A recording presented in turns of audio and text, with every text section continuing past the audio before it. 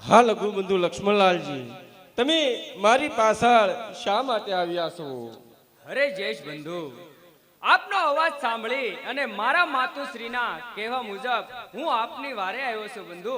અરે બંધુ લક્ષ્મણ, એ તો અવાજ પેલા માયાળી રાક્ષસનો હતો, માટે આની પાછળ મને કોઈ સળ કપટ હોય એવું લાગે છે.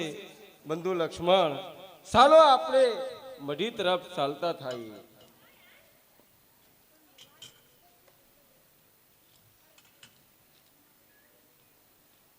બંધુ લક્ષ્મણ, મઢીમાં સીતાજી નથી તો સીતાજી ક્યાં ગયા હશે? અરે શું થયું હશે એનું, અને ક્યાં ગયા હશે? અરે શાંત થાવ બંધુ, શાંત થાવ. નહીં સીતે, સીતાનું કોઈ ક્યાં ગયા હશે? હા, તેની ચિંતા મને થાય છે. અરે બંધુ શાંત થાઓ, આવો શોક તમને શોભે નહીં બંધુ. નહીં બંધુ, સીતા વિના ઘડી પણ હું રહી શકું નહીં. તો મારી પ્રાણ પ્રિય સીતાનું શું થયું હશે? વનના વૃક્ષો તમને હું વિનવું સીતે.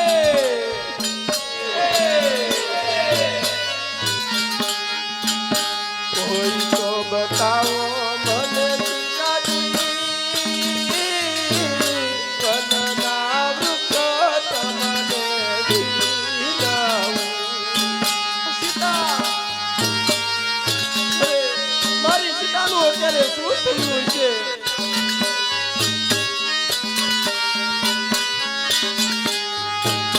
વનની નદીઓ તમને હું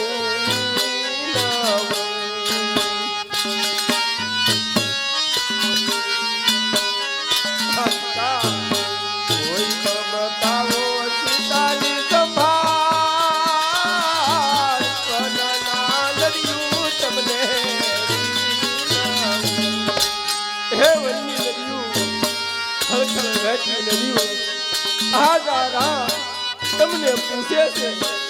મારી સીતાજીને તમે જોઈ હોય તો એની મને સંભાળ આપો. મારી સીતાનું શું થયું છે? સીતે, મારી સીતાનું શું થયું છે? અરે બંધુ, આવો કલ્પાન ન કરો બંધુ, શાંત થાઓ.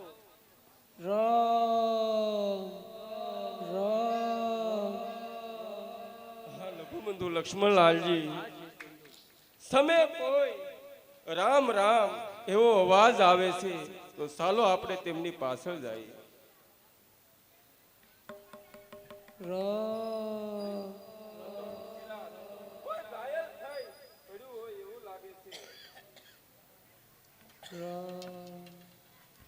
હા પક્ષીરાજ, તમારી આવી દશા કોણે કરી અને તમને શું થયું છે?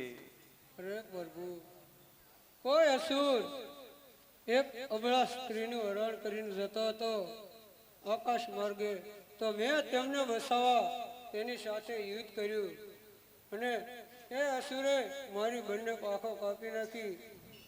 ત્યારથી પ્રભુ હું તમારી રાહ જોઈને અહીંયા બેઠો. અરે ટાયું, કોઈ અસુર અબળાને હરણ કરીને જાતો એમ?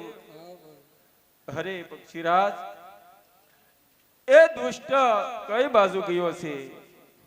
અરે પ્રભુ, એ દક્ષિણ દિશા તરફ ગયો છે ને એ સ્ત્રી રામ રામ કહીને બસાવો બસાવો તેવી બૂમો પાડતા હતા.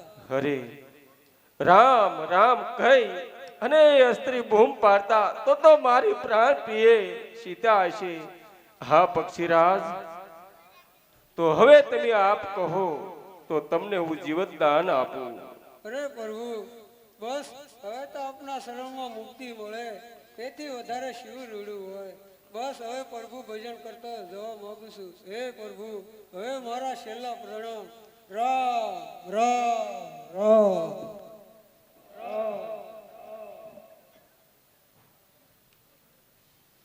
હા લઘુબંધુ લક્ષ્મણલાલજી, તો ચાલો આપ કાષ્ટ લાવો અને આ જટાયુ નામના પક્ષીરાજને આપણે અગ્નિ સંસ્કાર કરીએ.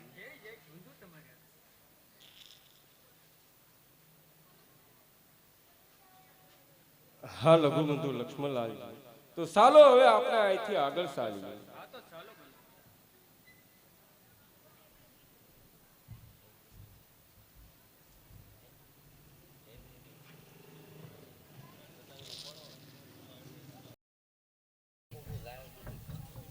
લા મહારાજ લંકેશ મામા મારી પાસે કેટલા સમયથી ગયેલા છે, ક્યાં ગયા છે, હજી નો આવ્યા?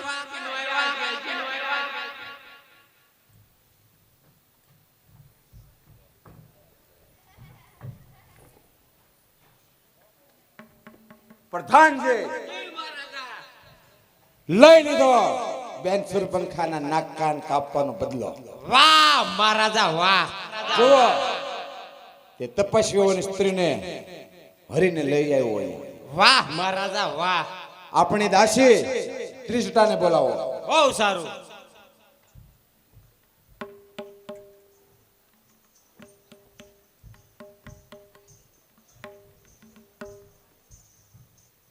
અરે ત્રિજટા લંકેશની સેવામાં આદર છે. હા ત્રિજટા સાંભળ, હું આ સ્ત્રીનો હરણ કરીને લઈને આવ્યો છું. તારે એની શોકી કરવાની છે. બહુ સારું મહારાજ. કોઈ એની બાજુમાં આવી શકવું ના જોઈએ. ન જો કોઈ. અને તારે એની સાથે એવી વાતચીત કરી અને મારા ગુણગાન ગાય અને એને મારી લંકાની પટરાણી બનવા માટે મનાવવાની છે. અરે મનાવી દો મહારાજ. અને યાદ રાખજે, આ કાર્યમાં કઈ જો તૂટી રહેશે તો તારા અને એના બંનેના રાય રાય જેવડા ટુકડા કરી નાખે. બહુ સારું મહારાજ.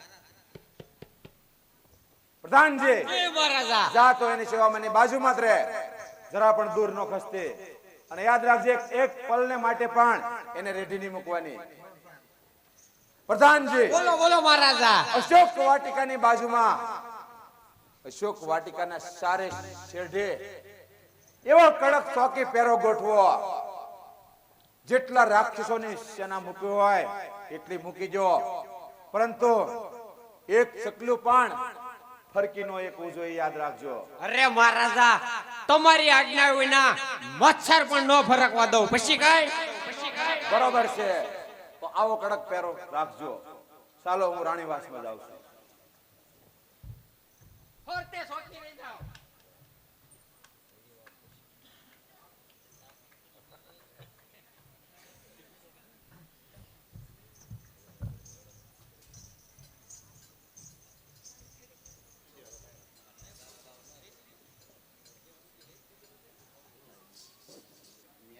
કોઈ ન્યારા બેરા મને પાડતો ન બેટા. નો પાડું માતાજી આ. ભયા વાયા. અરે બેટા, મને આપણી ઝૂંપડી તો જલ્દી મને લઈ જાવ. આવી જ ગઈ. બેસી જાવ અહીંયા, ઝૂંપડી આવી ગઈ. બેસી જાવ. લે. અરે બેટા, મને તો આવી મસ્કરી શા માટે કરાવે? ભયા માતાજી હાલો. માઇક્રોફોન ચાલુ કરી દે.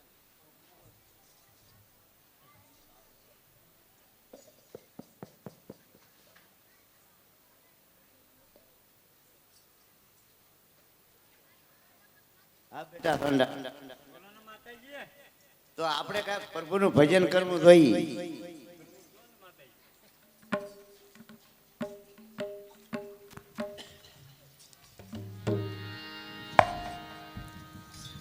કે મનનો મોરલિયો રટે તારું નામ, મારી રૂપડીએ આવો મારા રામ.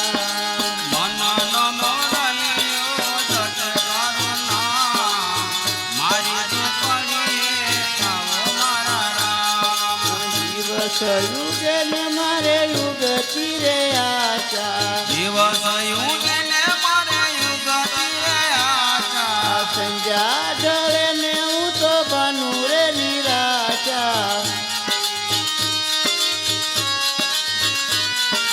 રાત દિવસ હું રે તું તારું નામ, મારી રૂપડીએ આવો મારા રામ. રાત દિવસ હું તો રટો તારા નામ, મારી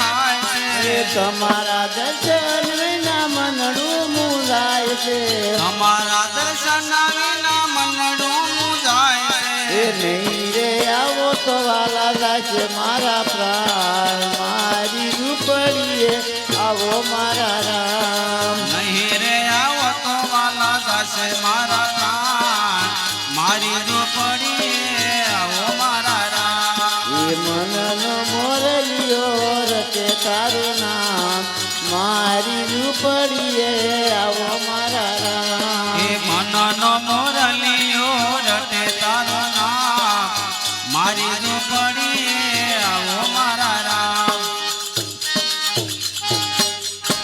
અરે બેટા સોંડા કે તું જંગલમાં ધારે થા ત્યારે કોઈ રાજકુમારો કોઈ ભાળા કે રાજકુમારો ભાળા તો તું અહીંયા લાવજે કે કેવા રાજકુમારો છે કે તો માથે જટા અને સૂટી છે ખંભે ધનુષબાણ ધારણ કરેલા છે અને પીળા પિત્તાંબર પહેરેલા છે તો તું માનજે કે આ ભગવાન છે તો એવા રાજકુમારો કોઈ ભાળા તો જરૂર અહીંયા લાવજો હો બેટા સોંડા અરે પ્રભુ હવે તો મારું શરીર સુકાઈ ગયું છે આખડી મને કઈ દેખાતું નથી પ્રભુ હવે તો પ્રભુ તમે નહીં આવો તો હવે મારા પ્રાણ હું નહીં ટકાવી શકું પ્રભુ